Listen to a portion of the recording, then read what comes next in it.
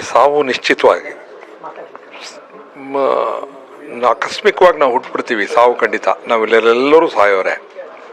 But ಆ ಸಾವು ತುಂಬ ಕಠಿಣವಾದಂಥ ಶಬ್ದ. ಮತ್ತು ಆ ಮನೆಗಳಿದಾವಲ್ಲ, ಸಾವಿನ ಮನೆಗಳು ಮತ್ತು ಸ್ನೇಹಿತರು ಅದನ್ನು ಸಹಿಸ್ಕೊಳ್ಳೋದು ಕಷ್ಟ. ಅದು ಹೀಗೆ ಸಾರ್ವಜನಿಕರ ಮಧ್ಯೆ, ಜನರ ಮಧ್ಯೆ ಕೆಲಸ ಮಾಡ್ತಕ್ಕಂಥ ವಿಶೇಷವಾಗಿ ಪತ್ರಕರ್ತರು ಆಕಸ್ಮಿಕವಾಗಿ ಸತ್ತಂಥವ್ರು ಇದ್ದಾರೆ. ಉದಾಹರಣೆಗೆ ಬೊಮ್ಮಯ್ಯ ಅವರು ಕೆಲಸ ಮಾಡ್ತಾ ಮಾಡ್ತಾ ಮನೆಗೆ ಇನ್ನೇನು ತಲುಪಬೇಕು, ಮನೆಯವರೆಲ್ಲರೂ ಅವ್ರು ಬರೋದನ್ನ ಕಾಯ್ತಾ ಇರ್ತಾರೆ, ಅವ್ರ ಜೊತೆಯಲ್ಲಿರೋದನ್ನ ಕಾಯ್ತಾ ಇರ್ತಾರೆ. ಇಂಥ ಸಂದರ್ಭದಲ್ಲಿ ಸಾವು ತುಂಬ ಕಠಿಣವಾದ್ದು. ಅದರಿಂದ ನಾವು ಅವ್ರನ್ನ ನೆನೆಸ್ಕೊಳ್ಳೋದು ಅತ್ಯಂತ ಮುಖ್ಯವಾದ್ದು. ಜೊತೆಗೆ ನಮ್ಮ ಶಿವಾನಂದ ಅವರು, ಅಧ್ಯಕ್ಷರು ಶಿವಾನಂದ ಅವರು ಹೇಳಿದ ಒಂದು ಮಾತು ನನಗೆ ತುಂಬ ಸರಿಯಾದ್ದು. ಯಾಕೆಂದರೆ ನಾವು ಕಷ್ಟದ ಸಂದರ್ಭದಲ್ಲಿ ವಿಶೇಷವಾಗಿ ಪತ್ರಕರ್ತರಿಗೆ ಒಂದು ನಿಧಿಯನ್ನು ಮಾಡಬೇಕು. ಸರ್ಕಾರದವರು ಅದಕ್ಕೆ ಆ ನಿಧಿಯನ್ನು ಕೊಡಬೇಕು. ಹಾಗೆ ಸಾರ್ವಜನಿಕರಿಂದಲೂ ಒಂದು ದೊಡ್ಡ ನಿಧಿಯನ್ನು ಮಾಡಿಡಬೇಕು. ಈ ಸಂದರ್ಭದಲ್ಲಿ ಆ ಕುಟುಂಬಕ್ಕೆ ನೆರವಾಗೋದಿದೆಯಲ್ಲ, ಭಾರಿ ದೊಡ್ಡ ಕೆಲಸ. ಬಹುಶಃ ಆ ಕೆಲಸನ ಶಿವಾನಂದ ಮಿತ್ರರು ಮಾಡ್ತಾರೆ ಅಂತ ಅಂದ್ಕೊಂಡಿದ್ದೀನಿ. ನಮ್ಮಂಥವ್ರು ಅದಕ್ಕೆ ಕೈ ಜೋಡಿಸ್ಬೇಕಾಗ್ತದೆ. ಈ ತೀರ್ಕೊಂಡಂಥ 6 ಜನ ಪತ್ರಕರ್ತರು ಈ ಸಮಾಜಮುಖಿಯಾಗಿ ಸಮಾಜನ ಸರಿಪಡಿಸೋದಕ್ಕೆ, ಸಮಾಜದ ಸ್ಥಿತಿಯನ್ನು ಬೆಳಕು ಚೆಲ್ಲುವಂಥ ಕೆಲಸನ ಮಾಡಿದ್ದಾರೆ. ಅವರೆಲ್ಲರೂ ಕೂಡ ಸಮಾಜದ ಆಸ್ತಿ. ಅವರಿಗೆ ವಿಶೇಷವಾಗಿ ನಾನು ನನ್ನ ಇಡೀ ಸಮಾಜದ ಪರವಾಗಿ ಅವರಿಗೆ ಶ್ರದ್ಧಾಂಜಲಿ ಅರ್ಪಿಸ್ತೇನೆ. ಜೊತೆಗೆ ಆ ಕುಟುಂಬದ ಜೊತೆ ನಾವು ಕೇವಲ ಭಾಷಣ ಅಲ್ಲ, ನಿಲ್ಬೇಕು ಜೊತೆಯಲ್ಲಿ. ಆ ಕೆಲಸನ ನಾವೆಲ್ಲ ಮಾಡ್ತೀವಿ. ಇಲ್ಲ, ಏನಾಗಿದೆ, ನಾವು ನಮ್ಮ ಜೊತೆ ನೋಡಿ, ನಮ್ಮದು ರಾಜಕಾರಣದ ವಿಚಾರಕ್ಕೆ ಬಂದರೆ ರಾಜಕಾರಣಿಗಳ ಒಂದು ಬಳಗ ಇದೆ. ರಾಜಕಾರಣಿಗಳ ಬಳಗ ಅಂತ ನೀವೇನಾದ್ರು ಹೊರಟ್ರೆ ನಂಬರ್ 1 ಯಾರು? ನಂಬರ್ 1 ಪತ್ರಕರ್ತರಿ. ನಮ್ಮ ಫೋಟೋಗಳನ್ನು ತೆಗೆದು ನಮ್ಮ ವಿಚಾರಗಳನ್ನು, ನಾವು ಮಾತಾಡಿದ ಕೆಲಸ, ನಾವು ಮಾಡಿದ ಕೆಲಸ, ಮಾತಾಡಿದ್ನ ಜನರಿಗೆ ನಿತ್ಯ ತಲುಪಿಸ್ತೀವಲ್ಲ.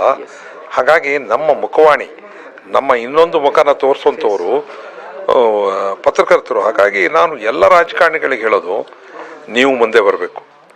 ಜೊತೆಗೆ ಪತ್ರಕರ್ತರ ಸಂಘದ ಕ್ಷೇಮಾಭಿವೃದ್ಧಿ ಇದೆಯಲ್ಲ, ಅದನ್ನು ಬಲಪಡಿಸಿ. ನೀವು ಬಾಕಿದವ್ರು ಮಾಡ್ಕೊತಾರೆ. ನಾನು ಈ ಸಂದರ್ಭದಲ್ಲಿ ನನ್ನ ಸುಮಾರು 400-600 ಜನ ನಾವು ಮಾಜಿ ಶಾಸಕರುಗಳಿದ್ದೀವಿ. ಶಾಸಕರುಗಳು 224-25 ಜನ ಇದ್ದಾರೆ. ವಿಧಾನ ಪರಿಷತ್ತಲ್ಲಿ 75 ಜನ ಇದ್ದಾರೆ.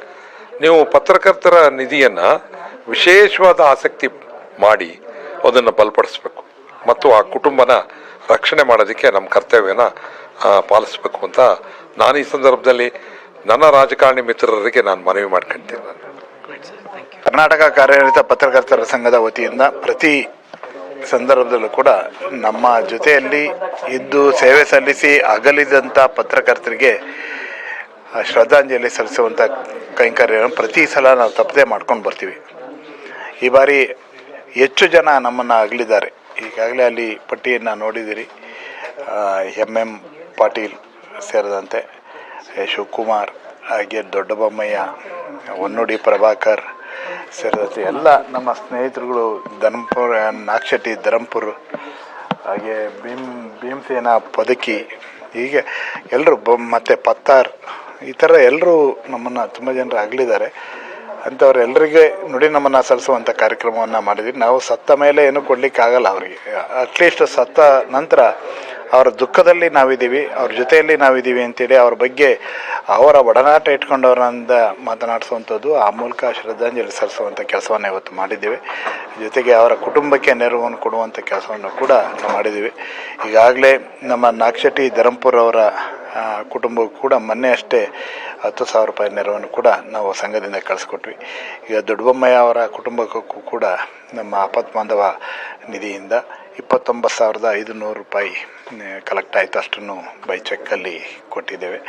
ಹಾಗೆ ಮತ್ತು ಬೇರೆ ಏನೇನೆಲ್ಲ ಸಾಧ್ಯ ಇದೆ ನಾವು ಅವ್ರ ಕುಟುಂಬಗಳಿಗೆ ಕೊಡುವಂಥ ಕೆಲಸ ಮಾಡ್ತಾಯಿದ್ದೀವಿ.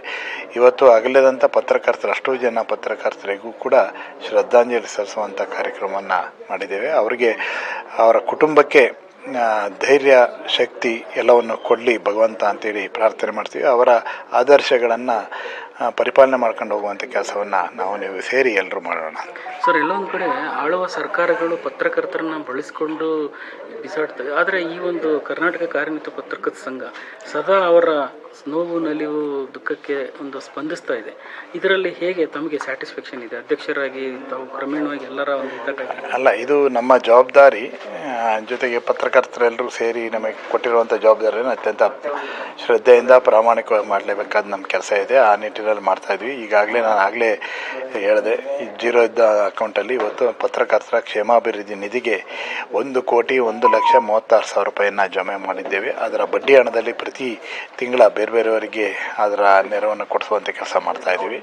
ಅದರ ಜೊತೆಗೆ ಆಪತ್ ಬಾಂಧವ ಅಂತೇಳಿ ಇನ್ನೊಂದು ನಿಧಿಯನ್ನು ಪ್ರಾರಂಭ ಮಾಡಿ ಅದರಲ್ಲೂ ಕೂಡ ನಾವು ಹಣವನ್ನು ಕಲೆಕ್ಟ್ ಮಾಡ್ತಾಯಿದ್ದೀವಿ. ಅಂದರೆ ಎಲ್ಲರೂ 200 ರೂಪಾಯಿ ಸರ್ವಿಸ್ ಅದರಲ್ಲಿ ಹಾಕ್ತಾರೆ. ಅದು ಸುಮಾರು ಈಗ ಪ್ರತಿ ತಿಂಗಳ 50,000-60,000 ರೂಪಾಯಿ ಕಲೆಕ್ಟ್ ಆಗುವಂಥ ಹಂತಕ್ಕೆ ಬಂದಿದೆ. ಹಾಗಾಗಿ ಆ ಹಣವನ್ನು ಕೂಡ ಪತ್ರಕರ್ತರಿಗಾಗಿ ಬಳಸ್ತಾ ಇದ್ವಿ. ಅದರ ಆಚೆಗೆ ಮುಖ್ಯಮಂತ್ರಿಗಳ ಇದರ CM ರಿಲೀಫ್ ಫಂಡಿಂದಲೂ ಕೂಡ ಕೊಡಿಸ್ತಾ ಇದ್ವಿ. ಈ ಥರದ ಅನೇಕ, ನೀನು ಕೂಡ ಅದರಲ್ಲಿ ಫಲಾನುಭವಿ, ಎಲ್ಲರೂ ಆ ಥರದ ಯಾರ್ಯಾರು ಸಾಧ್ಯ ಇದೆ ಎಲ್ರಿಗೂ ಆ ಕೆಲಸವನ್ನು ಮಾಡ್ತಾಯಿದ್ದೀವಿ. Thank you. ಸಂಘದವರು ನಮಗೆ ಮಾಡಿರೋವಂಥ ಉಪಕಾರವನ್ನು ಮರೆಯೋದಿಲ್ಲ. ಎಲ್ಲ ಮುಂದೆ ಬರುವಂಥವ್ರಿಗೂ ಸಹಾಯ ಮಾಡಲಿ ಅಂತ ಕೇಳ್ಕೊತೀನಿ ಸರ್. ಯಾಕಂದರೆ ನಮ್ಮನ್ನು ಇಲ್ಲಿವರೆಗೂ ಕರೆದು ನಮಗೆ ಉಪಕಾರ ಮಾಡಿದ್ದಾರೆ. ಅವರೆಲ್ರಿಗೂ ಮುಂದೇನೂ ಬರೋವಂಥವ್ರು ಯಾರಿಗೂ ಬರಬಾರ್ದು. ಬರ್ತೈತೆ ಈ ಸಾವು ಅನ್ನೋದು ಯಾರನ್ನೂ ಬಿಡಲ್ಲ. ಇನ್ನು ಮುಂದೆ ಬರೋರ್ಗು ಹಿಂಗೆ ಸಹಾಯ ಮಾಡಲಿ. ಈ ಸಂಘ ಸಂಸ್ಥೆಗಳಿಂದ ಅವ್ರಿಗೆ ಒಳ್ಳೇದಾಗಲಿ, ಅವ್ರ ಫ್ಯಾಮಿಲಿಗೆ ಒಳ್ಳೇದಾಗಲಿ ಅಂತ ಕೇಳ್ಕೊತೀನಿ ಸರ್. ತಮ್ಮ ಹೆಸರು ಮಾಡಿ? ಅನಿತಾ ಅಂತ. ಸಹಾಯ ಇವತ್ತಿಗೂ ಮರೆಯಲ್ಲ. ಇದು ಹಂಗಂದರೆ ಇದು ಟ್ರಾಜಿಡಿ ಈ ಥರ ಸಡನ್ನಾಗಿ ಆದಾಗ ನಮಗೆ ಭಾಳ ಕಷ್ಟ ಆಗುತ್ತೆ. ಅದರಲ್ಲಿ ಹೆಲ್ಪ್ ಮಾಡಿದ್ದಕ್ಕೆ ಭಾಳ ಧನ್ಯವಾದಗಳು. ಹಿಂಗೆ ನಮಗೆ ಸರ್ಕಾರ ಕಡೆಯಿಂದ, CM ಕಡೆಯಿಂದ ಏನಾದರೂ ಆರ್ಥಿಕವಾಗಿ ಸಹಾಯ ಆದರೆ ಭಾಳ ನಮ್ಮ ಕುಟುಂಬಕ್ಕೆ ಸಹಾಯ ಆಗುತ್ತೆ ಸರ್.